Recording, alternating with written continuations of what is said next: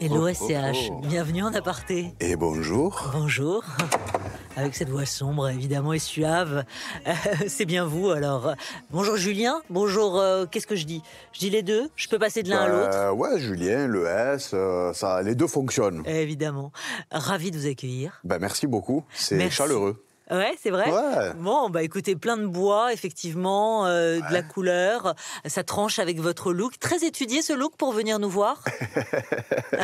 On adore évidemment et on vous détaille à chaque apparition sur scène ou à la télé. Il semblerait, ouais, c'est vrai que bon, après on bosse beaucoup sur l'image et tout ça, et aujourd'hui ça fait partie intégrante du package. De l'artiste, entre guillemets, ouais. Bien sûr. Et donc, du coup, c'est pour ça qu'on attache pas mal d'importance à l'image. Et puis, je me prête au jeu aussi. J'aime bien porter des fois des choses que je suis pas prédestiné à enfiler. Il y a les lunettes de soleil, évidemment. On va pas faire l'impasse. Ici, il y a quelques éclairages, ok, mais vous n'êtes pas non plus ébloui. Et puis, c'est un cocon en aparté. Qu'est-ce qu'on se dit? On se dit qu'on pourrait les enlever ou pas? On les lève pas. Elles cachent quoi, ces lunettes? Peut-être. Allez, on les lève. Voilà. On est bien. Ah, mais alors, qu'est-ce qu'elles disent, ces lunettes, ou qu'est-ce qu'elles cachent, ces lunettes? Qu'est-ce qu'elles disent, qu'est-ce qu'elles cachent? On va dire que la sortie de la période de laquelle on sort, elle cachait pas mal les cernes, pour être honnête. Ouais.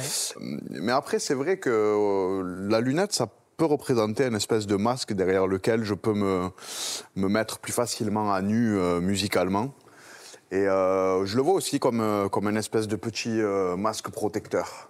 Ouais. Mais ça veut dire que c'est là pour l'instant, mais demain ça peut être autre chose, un autre gadget entre guillemets, un autre élément qui viendrait compléter votre look. Bah oui, s'il y a une cellule de recherche et développement qui est sur le coup d'un nouveau objet pour cacher le visage ou les yeux, ouais, je suis preneur, hein, franchement. D'ailleurs, je vous ai vu, à certains défilés de mode, là, récemment. Écoutez, c'est vrai que c'est un sport qu'on aime bien, quoi. Hein. C'est un jeu auquel on aime bien se prêter.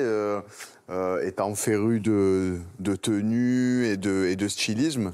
Après, c'est vrai que là, avec la sortie des projets, j'ai pas eu vous voulez vous asseoir, peut-être? Hein, on va faire ça. Allez. On se dit au comptoir. Asseyons-nous. Ça vous va bien, le comptoir, pour commencer? Comptoir, ça vous va? Allez, ça me va très bien. Au bar, avec la vue sur, évidemment. Avec la vue sur Notre-Dame. Sur Notre-Dame de la Garde, évidemment. Oui. On a le cœur là-bas, la chaleur, évidemment, l'accent qui va bien, l'écharpe, pareil, oui. de l'Olympique de Marseille. Oui, on y est. Toujours et encore, hein, indéfectiblement. Oui, indéfectiblement, exactement. Marseille, où vous êtes né, votre cœur y est, et vous y êtes devenu un des plus grands ambassadeurs, un des patrons du rap français, et notamment dans cet endroit-là. Regardez. Que se passe-t-il? Waouh!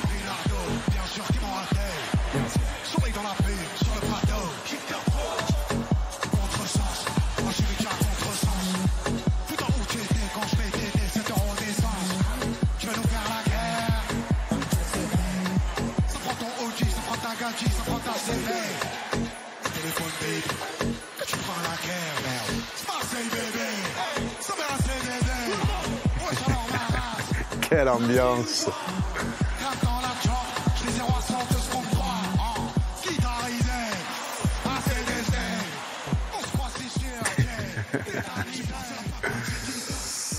Ouais, c'était un sacré moment. Colossal, renversant, marquant, historique. On peut tout dire en plus. Le morceau est alors le morceau tricolore le plus streamé de l'histoire sur Spotify, des centaines de millions de vues sur YouTube. Franchement, ce succès-là, vous l'avez vu venir ou pas? Non, non. Après, je pense qu'on voit venir aucun succès. On sent un espèce de truc qui nous dit on tient quelque chose de cool et tout ça. Mais après, c'est quand le produit est dans les mains du public qu'il devient ce qu'il doit devenir. Mais c'est vrai que on pensait tenir quelque chose, c'est vrai. Mais on n'était pas à même de se dire que le morceau allait se positionner comme il s'est positionné, quoi. Parce que là, du coup, vous rentrez dans tous les foyers avec ce morceau-là, de 7 à 77 ans. On vous alpague, on a envie d'un selfie avec vous, hein, c'est un peu ça maintenant. Quelle affaire. Sauf que, évidemment, ça, c'est un point de votre carrière. Mais il y a le projet, le Julius, évidemment, une saga en 4 albums qui vous accompagne depuis plus de 6 ans. Vous nous présentez là le dernier opus sorti début décembre. Album qui s'est prolongé sur scène dans un concert qui sera diffusé diffusé sur Canal, là, le 19 février. Est-ce que vous pouvez nous briefer un peu quand même, nous pitcher Julius? Comment je pourrais raconter Julius à quelqu'un qui ne l'aurait pas entendu? Finalement, c'est au même titre qu'une œuvre cinématographique, c'est une œuvre musicale qui retrace le parcours d'un garçon qui s'appelle Giulio, qui est originaire de Marseille, qui a des origines italiennes et une partie de sa famille en Italie. Et puis c'est cette espèce d'ascension qu'il traverse dans le crime et le paysage méditerranéen que je mets en musique en fait sur les 4 projets. Et c'est un petit peu l'histoire de sa vie finalement, de sa jeunesse à sa chute. Avec évidemment les influences qui sont les vôtres dans la veine de Scorsese, Coppola, Tony Montana, évidemment, tout ça. Et ça passe aussi par l'estomac, ce concept-là, j'ai envie de dire. Et vous êtes devenu expert en la matière. Je vous teste un peu ou pas? Il semblerait, allez, testez-moi. Vous faites un demi-tour, regardez, la cuisine est juste derrière le comptoir. Et vous avez un gant à prendre à votre droite sur le bar. Peut-être faites un petit pas vers le gant parce que je voudrais pas vous brûliez. Et un four, vous l'avez repéré. Ok, il se passe quelque chose de sexy là-dedans. Le torchon pour l'autre main si vous avez besoin, parce que je veux prendre soin de vous. Oh, c'est trop gentil. Je devrais y arriver. Et vous pourrez poser le tout sur le comptoir. Mais c'est la folie, ça. Ah ben oui, évidemment. Les cannelloni. Les cannelloni d'Erosa. Attention, hein. Quelle affaire. Alors, il faut me briefer. Là, on est sur votre recette. On est sur ma recette, là? On est sur votre recette. Attendez, non, j'ai essayé de la refaire. Je l'ai empruntée à SCH. Ça manque un peu de sauce tomate, là, quand comme même. ça, à l'œil, vous voyez que ça manque de sauce tomate? Ça manque un peu de sauce tomate. Par contre, il y a de l'amour. Il y a de l'amour. Ouais, il y a de l'amour. Ça, c'est sympa. C'est le plus important, en vérité. Un élément de base pour la réussir, cette recette. Un élément de tips. Base. Pour pas se louper, quoi. Les tomates fraîches. Ah, tomates fraîches, donc pas de concentré. Oui, on mélange. Mais tomates fraîches, très important. Pelées, évidemment. Ouais. Donc vraiment, vous êtes devenu un maestro en la matière? Ouais.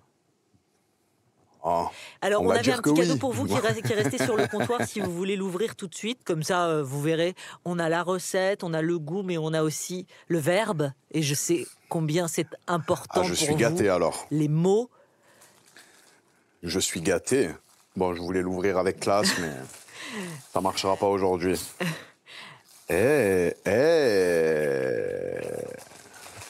Waouh, mais c'est exceptionnel. Attendez, qu'est-ce qui se passe là-dedans? Le livre de cuisine de la famille Corleone. La totale, vous aurez tout, effectivement. Wow. Donc vous pourrez le parcourir, bien entendu, et puis vous reviendrez nous faire un petit quelque chose à l'occasion. Mais vous êtes des amours. Quand vous aurez le temps, parce que c'est pas gagné. Parce que on a parlé de Julius brièvement, mais on va y revenir, cette saga. Franchement, ça pourrait vivre sur grand écran? Oui, après, nous, l'ambition, elle est... la première ambition, c'était de créer de la musique au service d'une image qui viendrait l'accompagner. Et c'est vrai qu'effectivement, avec les projets qui défilent au fur et à mesure du temps, ça nous donne de nouvelles perspectives. C'est une envie quand même? Il y a une envie chez vous? Il y a une telle créativité. Il y a clairement une envie. Après, il y a une envie aussi de faire les choses correctement, avec fond et forme. Et donc, du coup, ça prend du temps, quoi. Vous êtes musicien SCH. Julius, c'est une sorte de mise en abîme. Il est gangster, avec des vertiges, avec des bleus à l'âme, et j'en passe. Il y a une forme de parallèle que vous avez eu envie de faire?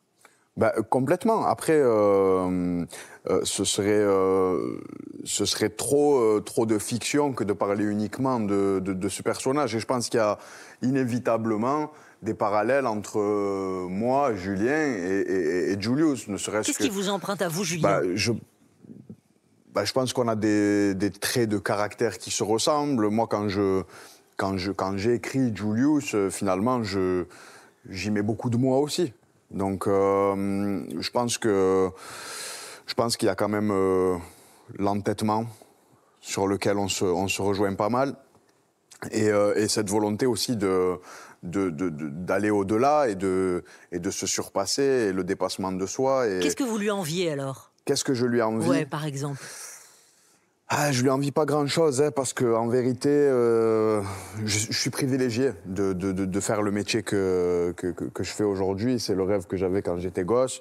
Et finalement, la morale veut que la vie de Julius soit beaucoup plus tumultueuse que la mienne. Mais voilà. J'aime bien le temps qu'il a. Il a du temps. Il peut aller en Italie, il peut se promener, il peut aller chez Auchan, tranquillement. Alors, on va écouter, évidemment. Il est porté à l'introspection, comme vous. Et il écrit beaucoup. On regarde un extrait de Julius III, c'est Stigmate. La vie m'a rendu parano, ils vont t'envoyer droit à la morgue. Toi tu les suis comme un âne. Oh, la vie m'a rendu parano, ils vont t'envoyer droit à la morgue. Toi tu les suis comme un âne. Oh, et qui va s'asseoir à ma table? On compte plus nos morts dans la cave. Et cette putain de cabine quand j'y rentre, on dirait que je rentre collant sur la tempe. Je fais mon job. J'ai passé la night à écrire un poème, je peux pas passer ma vie à compter mes problèmes. De moins en moins d'attaches, et j'apprends à cacher ma rage. Il y a des stigmates, évidemment. Évidemment. Les cicatrices invisibles, mais omniprésentes. C'est celles qui nous construisent. On parle desquelles? On parle des déceptions, on parle des trahisons, on parle des désillusions qu'on vit quand on est jeune et qu'on grandit et qu'on réalise que finalement la vie n'est pas un long fleuve tranquille. Mais ces stigmates nous construisent, je pense, et contribue à ce que nous devenons. Donc, et à vous humaniser aussi. Exactement. Et à faire qu'il y a cette attache avec le public, ces attaches. C'est vrai. Ce public et la critique. Parce que, quand Télérama dit une œuvre sombre et forte, comme une tentative de mise à distance aussi de la violence de la rue, à laquelle le rappeur sait bien que ses chansons ne changeront rien. Il y a presque un rôle social aussi dans ce que vous faites. Il y a un rôle social. Oui, clairement. Vous trouvez ça pertinent, leur manière d'analyser, de visualiser votre travail? Je trouve qu'ils sont très très pertinents. C'est d'ailleurs les critiques auxquelles je suis le plus attentif, parce que je trouve qu'au fil de tout ce que j'ai proposé musicalement, ça a toujours été... ils visent très juste. Et je trouve qu'ils ont raison dans le sens de pas vous faire dire que vous glorifiez ce mode de vie qu'est la violence. Exactement. Après, comme je l'ai dit un million de fois, j'ai regardé Scarface, j'ai joué à Grand Theft Auto toute ma jeunesse, j'ai regardé Usual Suspect, Reservoir Dogs, et c'est pas des films, c'est pas des œuvres qui m'ont fait prendre les armes, entre guillemets. Et puis c'est de l'art. Et je trouve que c'est dommage qu'aujourd'hui, dans le rap, en particulier, bien souvent, on jette la pierre aux artistes en leur parlant du fait qu'une jeunesse peut-être un peu trop fragile pourrait se reconnaître, et passer à l'acte. Alors qu'on ne parle jamais de ça quand il s'agit de cinéma ou de littérature. Et pourtant, ce sont des arts à part entière, quoi. Évidemment, on a envie de vous entendre aussi, vous entendre chanter. Ça va être le cas dans un concert à Lyon qui sera diffusé sur Canal+. Prenez note, chers téléspectateurs, écoutez, regardez, parce que cette introspection, cette profondeur qu'il y a chez vous, c'est viscéral. Ce qui est viscéral aussi, c'est qu'apparemment, vous bougez tout le temps. Alors, est-ce que vous voulez bien vous asseoir un petit moment ? Moi, j'ai la bougeotte, hein. J'ai du mal. Je me mets sur le canapé. Je vous contrains à vous asseoir le temps de balancer l'extrait. C'est parti. Si je perds, je persiste, j'avais eu le choix. La renaissance c'est la voie. La vie m'a perverti, j'ai toujours eu froid. J'étais censé savoir comment les choses se terminent dans le hall. Ces enfoirés n'auront pas, j'ai rien à cirer du strass et de l'air bravo. Et tous les regards qui m'ont rendu parent. J'ai des potes qui veulent scier l'air rare. Avoir trop de sel dans les veines. Ça nous tue comme le poison. Entre la voix ou lettre. Entre 4 mers ou 4 planches, j'ai trouvé les réponses dans la lumière blanche. Oh, oh, oh. Entre la voix ou lettre, entre 4 mers ou 4 planches, j'ai trouvé les réponses dans la lumière blanche. Quel rockstar ce Raoul.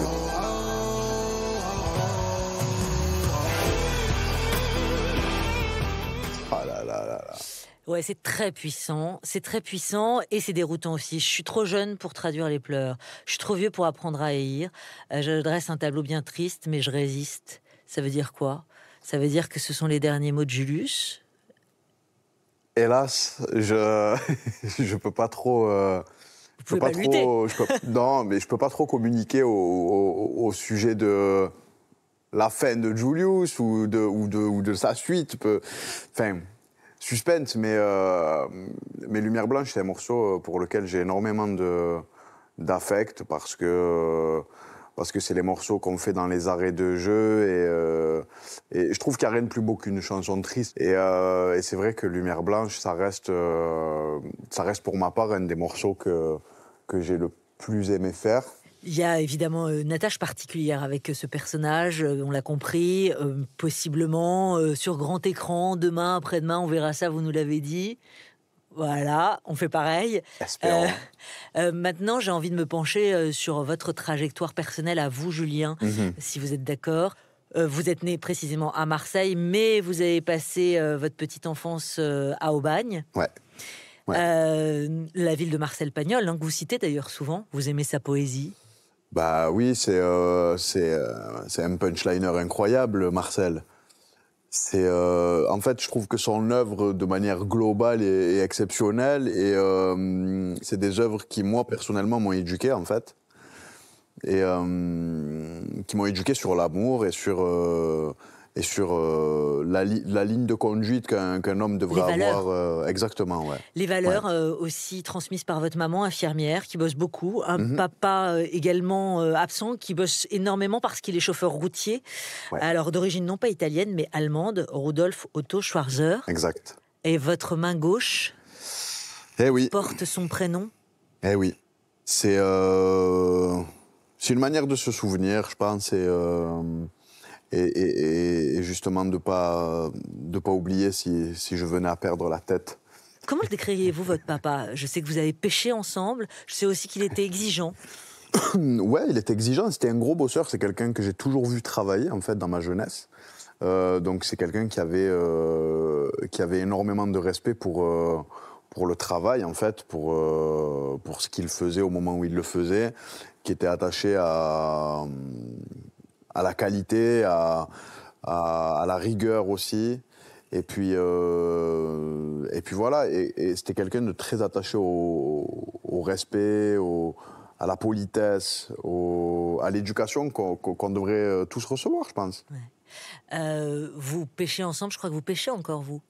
Ça m'arrive quand j'ai le temps. Quand vous avez le temps, évidemment. Oui, ça m'arrive. Ouais. Votre maman aussi, fondamentale évidemment dans votre construction, une héroïne d'une certaine manière, c'est un peu comme ça que vous la décrivez. Clairement, une enfance avec des relances de factures, les huissiers qui débarquent parfois. Ouais. Ça vous laisse une forme d'amertume, avec une forme de colère, quelque chose qu'il faut rattraper. En fait, je pense que inévitablement, ça a fini par me motiver et ça a développé en moi cette espèce d'esprit revanchard de ces années-là. Et la musique et le fait que je m'en sorte par le biais de ce que j'aime faire, ça m'a donné un certain goût de la revanche. Vous disiez, cette classe moyenne à laquelle on appartient, celle qui morfle le plus, car trop riche pour percevoir les aides, trop pauvre pour s'en sortir jusqu'à la fin du mois. Ouais. Tout ça, vous l'observez dans votre chambre. Vous êtes quel genre de gamin ? Je suis quel genre de gamin ? Je suis un gentil garçon. Je suis assez introverti. En fait, je suis toujours avec la même bande de potes, mais je suis avec eux sans être avec eux, parce que j'ai toujours les oreilles plongées dans de la musique, en fait. Et je suis un bousillé de musique. Toute ma jeunesse, c'est ça. Vos parents, ils en disent quoi du rap, à cette époque-là ? Votre papa, je crois qu'il est pas très réceptif. Ouais, mon père, il comprend pas, en vérité. C'est pas quelque chose... c'est pas une musique remplie de codes qui lui parle. Finalement, il est né dans les années 50. C'était une toute autre époque musicale. Et je pense que c'est juste générationnel. Et puis la maman, c'est avec les années, je pense qu'elle a compris à quoi ressemblait ce mouvement. Mais au début, c'était c'était pas une mince affaire d'essayer de lui faire entendre raison quand je lui ai dit, écoute, je suis bon, du coup je vais arrêter tout ce que je suis en train de faire en ce moment pour tenter de m'en sortir et tout ça. Aujourd'hui, vous croyez qu'il vous dirait quoi en voyant ce succès magistral, le Vélodrome, les disques de platine? Ben, je pense qu'il me dirait c'est bien, Mino. C'est bien, Mino. Tu t'en es sorti. Et j'aime penser ça. Après, peut-être qu'il me dirait c'est gaze, ce que tu fais. Mais je le prendrais tout aussi bien parce que finalement, je sais de qui ça venait. À 22 ans, vous allez démarrer vraiment le pied sur l'accélérateur. Je voudrais qu'on écoute ce que vous êtes capable de faire à cet âge-là. Gamin sur les champs, je l'ai pas loué. Ah ouais. Pas loué, c'est pas loué. Elle est pas montée qu'elle est déjà mouillée. Elle a avoué. Feu sur les champs, pas loué. Sur les champs, j'ai pas loué. Pas loué. C'est le tout début, c'est votre premier album, CA7, disque de diamant. Accessoirement. Il paraît, Et cet extrait, c'est Champs-Élysées. En fait, c'est une mixtape même au départ. Ouais. Là, quand vous écrivez quand même seul dans votre chambre, c'est de l'artisanat quelque part, non? Ouais, c'est un peu de l'artisanat. J'ai fait cet album. J'ai construit cet album durant toute ma jeunesse. Et c'est l'album que j'ai eu le temps d'élaborer le plus finalement parce que je pars de rien, personne ne me connaît, donc personne ne m'attend. Et je construis ça de la manière la plus pure qui puisse y avoir. Et donc oui, il y a des morceaux comme ça, comme Champs-Élysées, comme Fusil, qui verront le jour parce qu'il y a des formules encore que je connais pas, musicales, et j'aime me challenger, j'aime faire des choses que je suis pas prédestiné à faire. Et quand je tombe sur ces formats qu'on me fait écouter en studio, je me dis putain, mais j'ai jamais fait ça, faut que j'essaie et tout. Et la magie opère, quoi. S'il n'y avait pas eu la musique, ça aurait été quoi votre destin, Julien? Je sais pas, honnêtement. Je savais pas ce que j'allais foutre de mes 10 doigts, moi, quand j'étais jeune. Je bossais un petit peu à l'usine, je faisais... Il y a eu des conneries aussi, des petites conneries. Ah oui, après, je suis un jeune de mon environnement.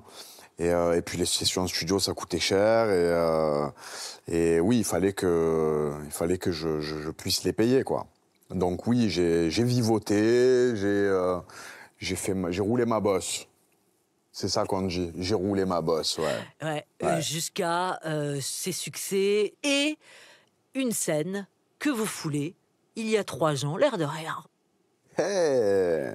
L'album le plus streamé, ce qui vous vaut les honneurs du métier, une victoire de la musique. Incroyable. Et oui, cette victoire de la musique, ça c'est pas rien, parce que ces cérémonies-là, et on le dit régulièrement, elles ont quand même tendance à snober les rappeurs, alors que c'est la musique aujourd'hui la plus écoutée de France. C'est vrai.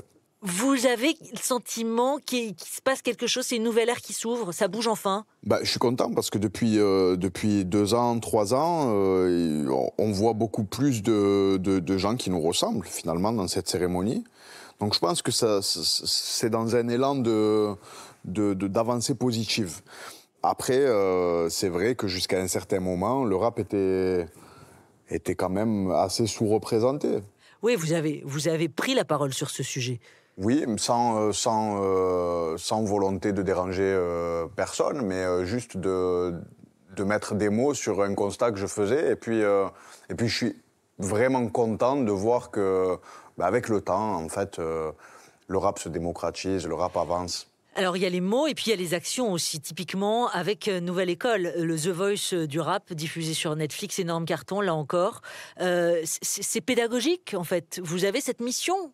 Moi, en vrai, tout ce que j'ai fait jusqu'à présent, c'est poussé par la volonté de faire avancer le mouvement hip-hop, le mouvement rap.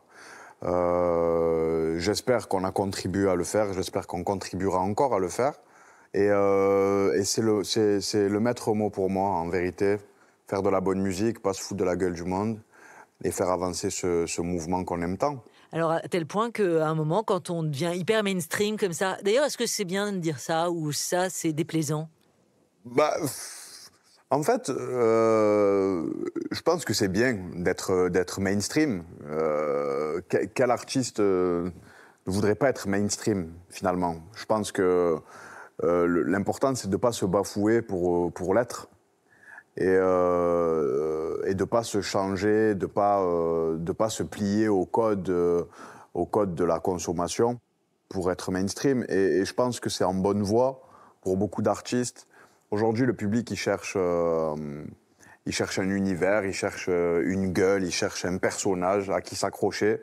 Et je pense que, dans l'absolu, si on ne se fout pas de la gueule du public et qu'on met beaucoup de cœur dans ce qu'on fait, les gens le ressentent. Le ressentent à tel point qu'à un moment, vous devenez aussi un personnage qu'on a envie de parodier, à minima, regardez. Pour le J. Ah, ça, c'était génial. Ah ouais. Ça va bien. Le kimono. Comment? T'as mis le kimono? Ah ouais, j'ai mis le kimono, ouais, bien sûr. Okay. Je suis fan. Ouais, je suis venu avec le V, le R. Yannick, c'est avec un Y? Ouais. Le Y. C'est un Y, ok. Bon, écoute-moi, le J. Je suis venu avec un com là, tu vois, il veut gagner les 100K. 100K? Ouais, 100K, putain, tu sais ce que c'est, hein? On a commencé par là, nous aussi. T'es chaud pour écouter ou quoi? Chaud, parce que tu veux. Eh, le J, je te jure, parle plus fort, je comprends rien.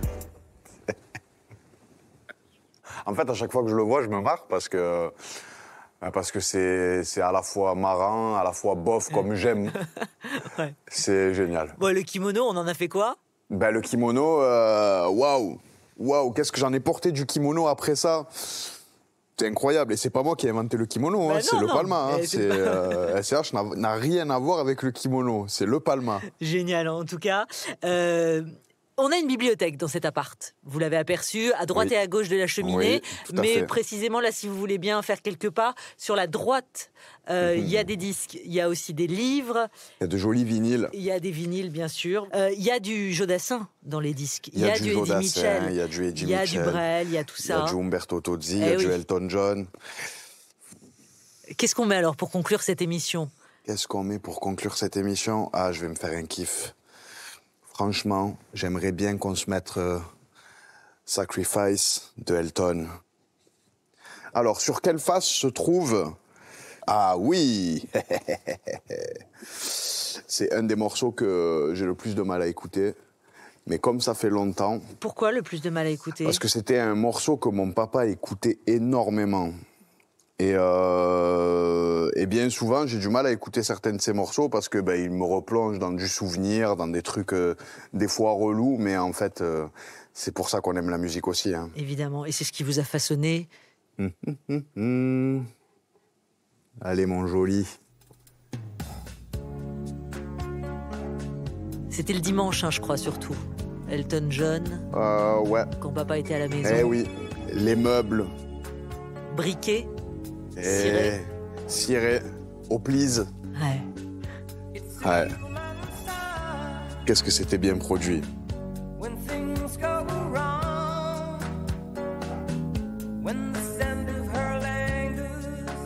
Ouais. C'est beau.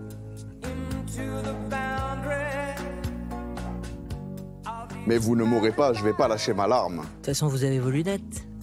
Je les ai. Je les ai en cas de pépin. J'ai pas de concurrent, c'est dommage, on aurait fait une triplette. Incroyable. La pétanque, évidemment. Eh oui. Le sport Ça national. aussi, c'est la base. J'arrive pour une petite partie parce que je maîtrise. Je viens vous rejoindre dans quelques instants. Rejoignons-nous. Merci infiniment. On va Merci se à quitter vous. sur, évidemment, Elton John. On adore. Canal+, le rendez-vous de votre concert à Lyon qui sera diffusé le 19 février. On sera tous là.